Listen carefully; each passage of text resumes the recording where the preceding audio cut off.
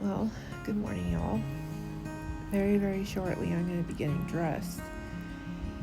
And I have an appointment today, so I'll snappy snap here and there on my journey. And yeah, I'm going to have fun today. Well, as much fun as I can have going to appointments. But I'm not really going to let it weigh me down in the spirit. Today, I'm uplifting myself in the spirit. I'm going to spread beauty and blossoms everywhere. I'm quite excited about it.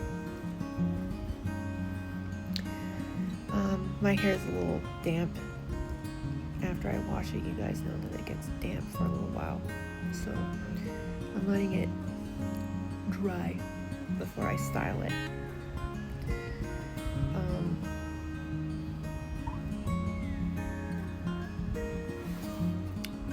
And I'm probably gonna style it in I'll show you. It's gonna be beautiful. As beautiful as it can be for someone like me, you know what I mean? So my hair will be beautiful. I likes my hair just the way it is. I have fallen in love with my own hair. I don't need to dye it anymore. I loves it. I loves the color of it. I loves the length of it. The feel of it.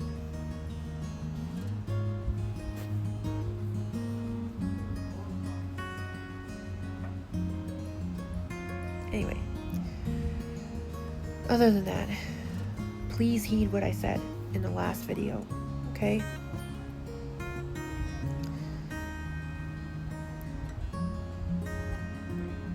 It's very important, and you guys need to understand that more and more of those kinds of videos will be happening. It's time, and I will be proving it. It's not like I'm just gonna say it. I'm gonna prove it. You will see.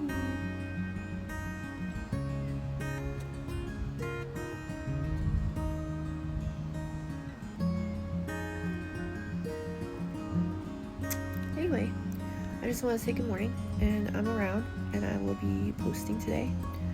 And I just want to let you guys know that I'm around today, and I'm going to be posting today. And then I'll be seeing a lot of you. And you guys will be seeing a lot of me. So later for now, God bless, and I'll see you very soon. So this is one of the hairstyles that I was thinking about doing today. I kind of really like this one, but there's a few others that I wanted to share with you. Then there's this one. Now this one, they're supposed to be closer together, not so far apart like that. They're not supposed to look like buns. They're supposed to look like together, kind of like a heart almost. You'll see in the next photo. Not this one, but the next one after this one.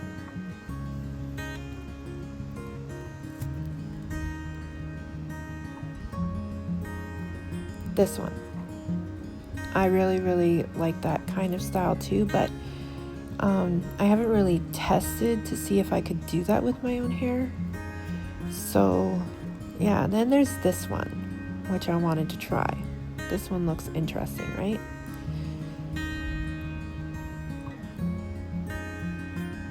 I really like this one. I might try this one today. Then there's this one. And then there's a little more like, you know, girly, traditional, feminine style. This one. But I'm not sure if I want to do that one. I might not. I might do either the Mio look or the Cassandra look. Anyway, I just wanted to share those with you.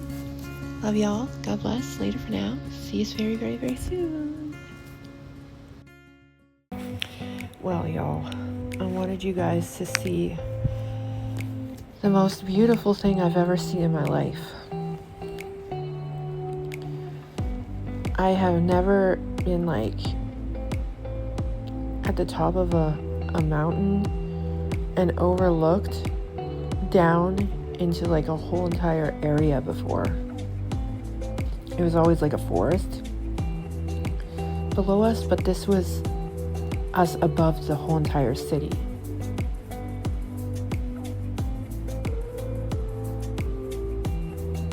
And I wanted you guys to see this, so I slowed it down just for you. It's gorgeous.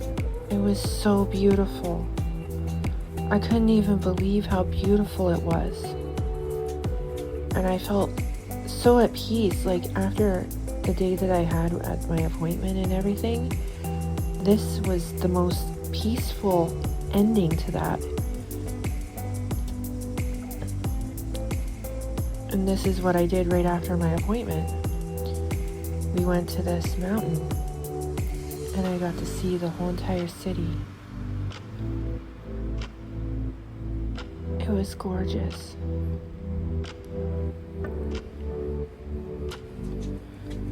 I felt so at peace. It's weird because, wow, I didn't even tie that into this fact that I had a dream about being on a cliff.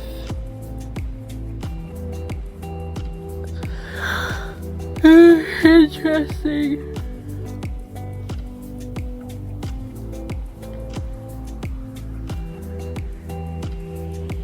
Wow. A lot of my dream came true. I'll tell you about my dream. So the first dream I had was about me being falsely accused of something, and people called the police on me, and my dad had driven us away because we were trying to escape the police. We drove away, and then he dropped me off, and then I was a teenager again. I was 16, and I was a foster kid, and I went into the house of my foster home, and the police were there, and they were accusing me of some kind of crime of crushing some girl's skull with something that apparently her father had handed me. And the lady said, now I know in the court documents that he said he never gave you the object in which crushed her skull, but how else was her skull crushed, right? And then I was listening to the story, and then I said to the lady, I said, wouldn't it be more plausible that he didn't hand it to me because I wasn't even there? And the reason why he can't remember is because he's so traumatized that he handed the object to his oldest daughter, who then crushed his younger daughter's skull, and it traumatized him so bad that he blocked it out, and now he can't remember. That makes more sense. His precious daughter would do that to his other daughter. That would be very, very painful. It's tragic, but this isn't my fault. And then I woke up. And then I had another dream about a strange bird that I didn't recognize. I've never seen a bird like it before in my life. And this bird was scared and fearful. And then eventually the bird turned into a peacock, and its feathers came out. You know how peacocks raise their feathers to look bigger than they are? And I had this shirt on that had sleeves that looked like wings. So I spread my wings to try and mimic it and calm the bird down. And the bird didn't calm down. In fact, it tried to attack me, and it did several times bite me. And I let it.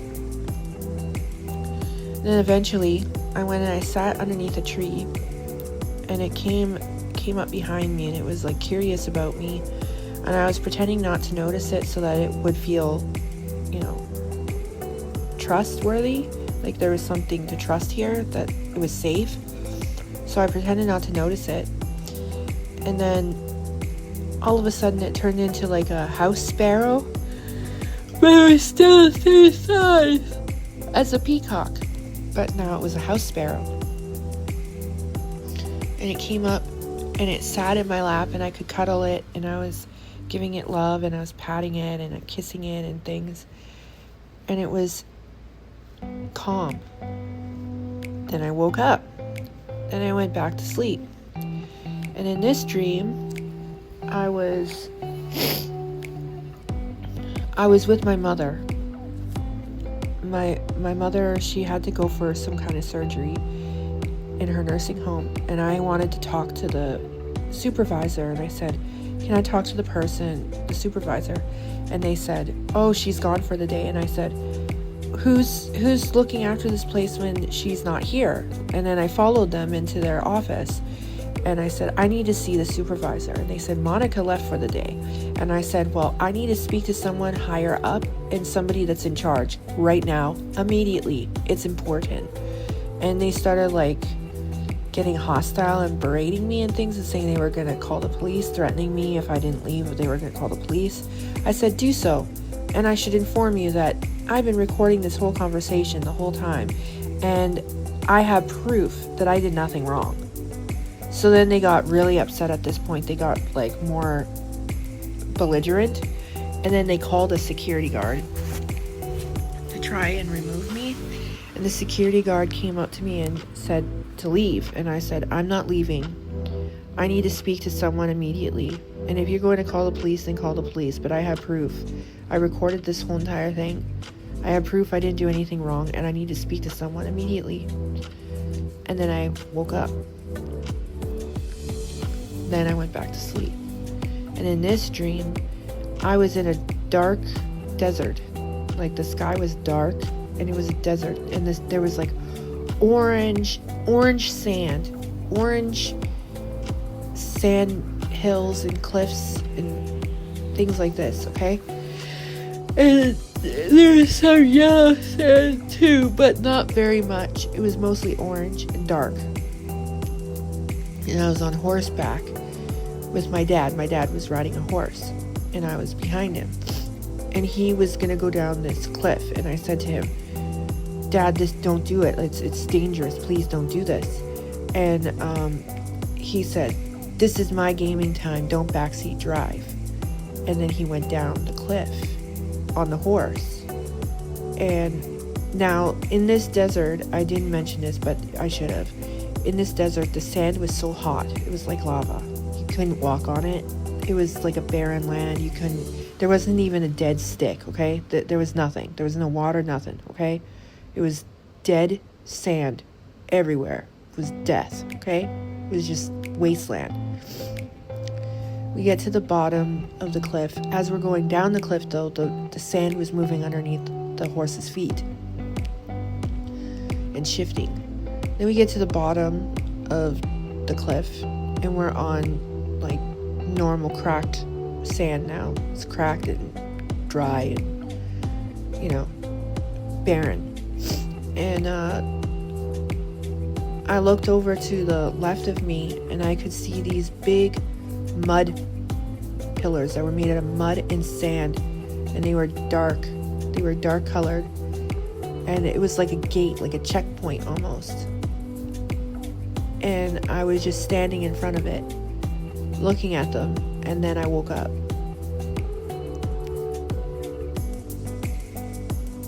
These were the dreams I had. And they were very strange, and I was discerning them all morning, and I learned what they were meaning. They were soul tests in my dreams. Do you remember me talking about that, soul testing in the dream? Like, you can't choose what you dream, right? You can't choose what happens in the dream, but your true self, your soul self, is in the dream. And so you'll respond the way that your inner person, the real you, would respond, right? So the dream was revealing to me my inner self and the inner workings of who I actually am.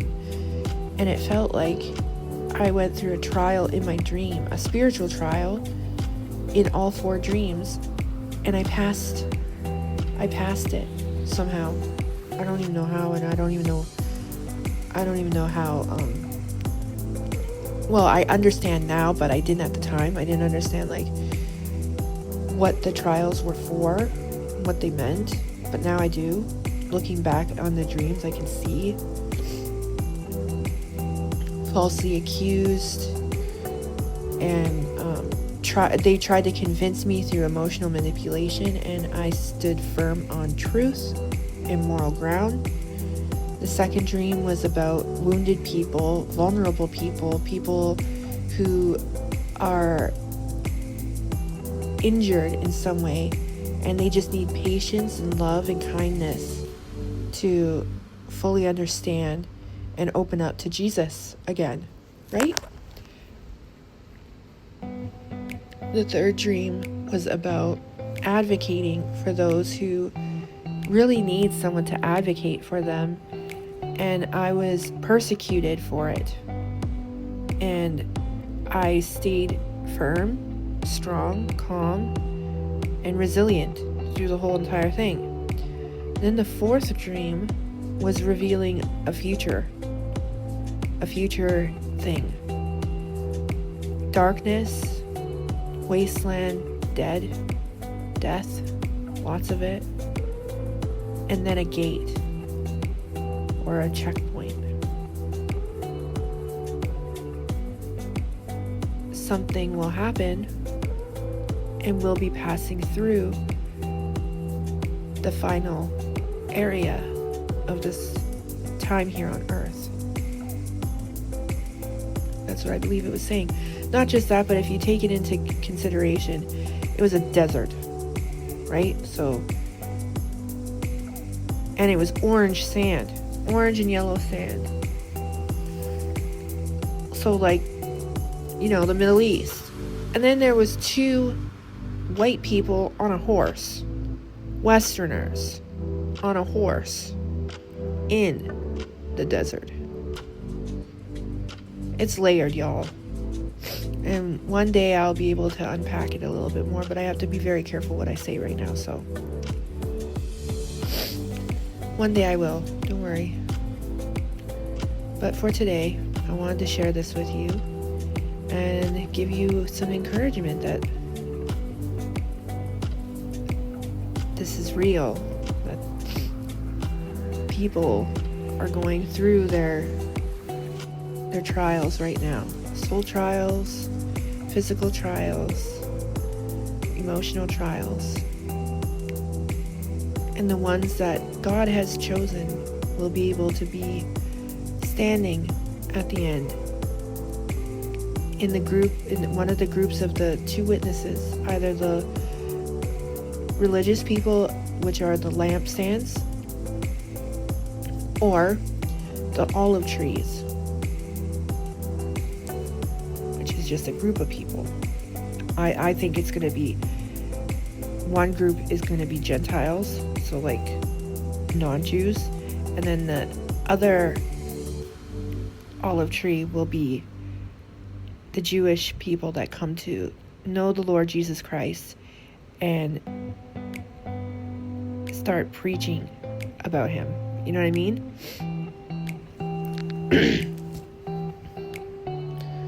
Anyway, I just wanted to share this with you guys. This beautiful scenery of the top of the mountain, and it was just so gorgeous, y'all. I can't even tell you how beautiful it really was, and it was just the most amazing thing after being drained and emotionally like bogged down from my appointment. And yeah, so I just wanted to say that. And I also wanted to talk about how my dreams came true yesterday. So the first one was I went to my appointment, right? And I was being told all the horrible things that's wrong with me right now. And I was like, okay, well, I just turned it off in my head, right? Just went through the motions. My beautiful Lord Kamea, he was asking questions and getting information so that he could help take care of me. And then we left, and then we went to the mountain, and I was really, really thankful that he brought me somewhere beautiful. I was just so grateful, y'all. Like, you don't understand. Like, it doesn't take much to make me feel grateful and thankful. And that was the most beautiful thing I've ever experienced, and I was so happy.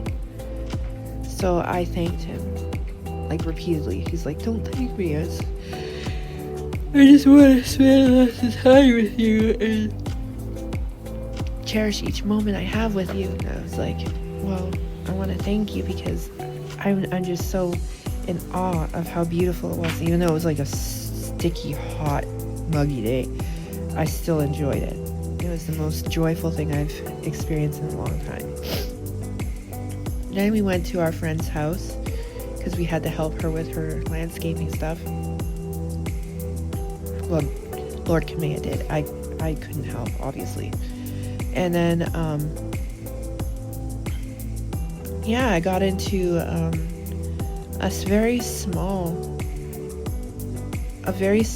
subtle, like barely even noticeable, a little bit of a spiritual battle. I was questioned with the Handmaid's Tale.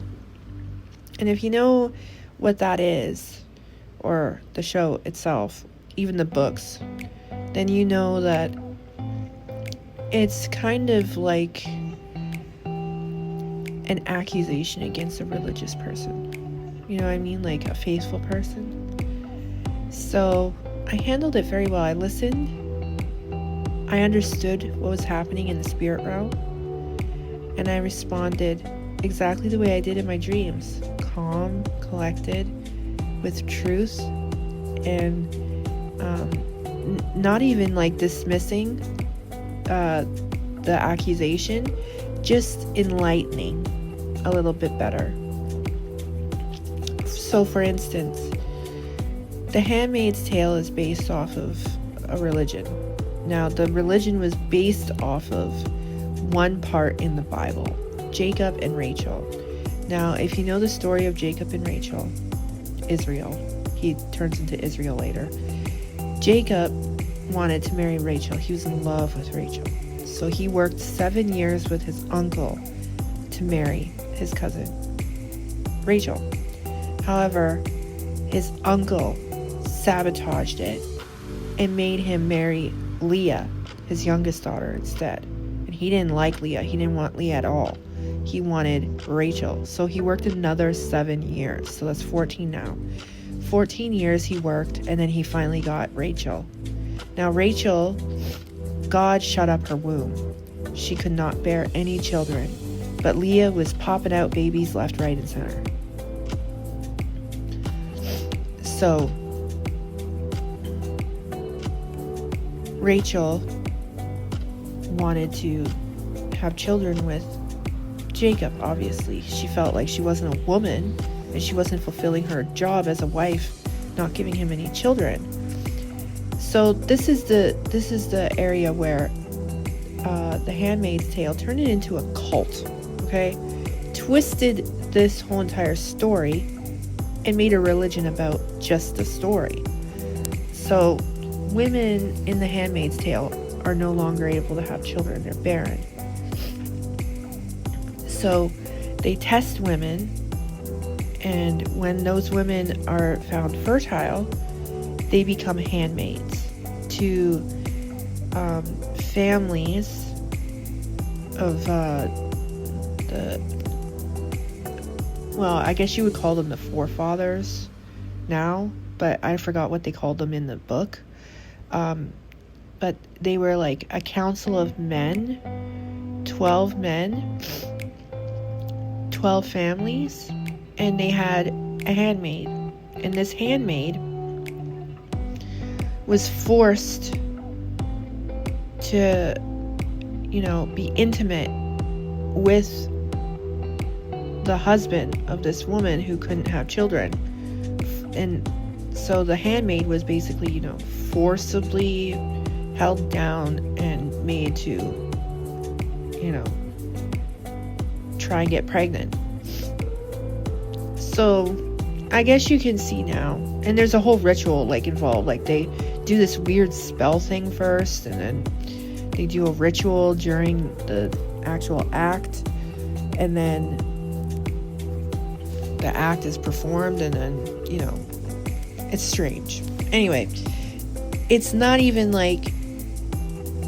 fully a Christian thing, you know what I mean? Even though they have Christian aspects to their cult, like the story of Jacob and Rachel, the way that they talk about under his eye, because in the Bible God has an all-seeing eye, and most cults, like the Illuminati and whatnot, take this spiritual sacred thing and they twist it and invert it and make it something disgusting, and so under his eye, praise be to the Almighty and things of this nature. Lots of it sounds Christian, and even the fact that they renamed America Gilead was a real place in the Bible. And they also name their servants Martha, and their handmaidens have to take the name of the man of the house. So,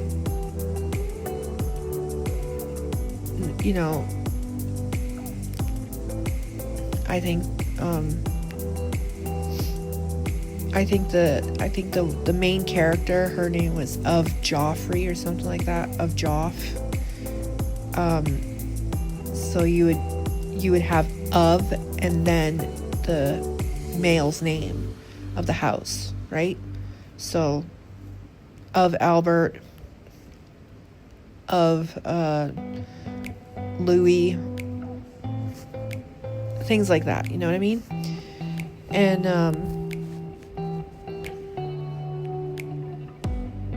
so they had it quite, they had some, they had all the laws of the Old Testament in place, but it wasn't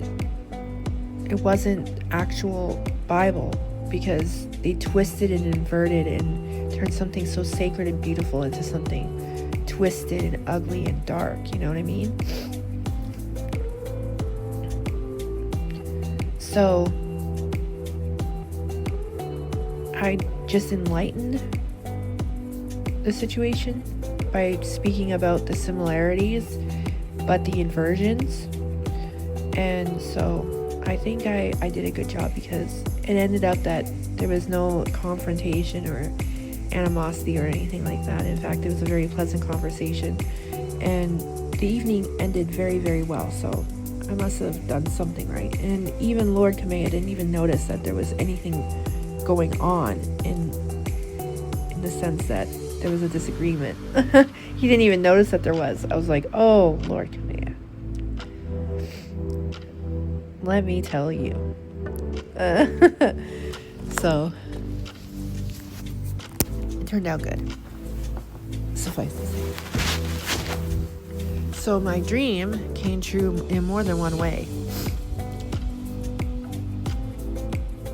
especially yesterday, and I imagine that they will be coming true more and more often now, since I've been having these kinds of spiritual dreams again, and it seems like they're coming true the very next day. So I think we can expect that if I have another spiritual dream, I will definitely be telling you guys what it is. Excuse me. And I will also be interpreting it through scripture and Catholic teaching so that you can understand what these things mean. And I will share them with you and the possibility of what they might be referring to. And we'll just watch and see how many of them come true. Yesterday's came true right away. It was amazing. So, yeah. Anyway, I'm going to go for now, and I will see you in the next video. And, yeah, love y'all. Have a great day. God bless. Later for now.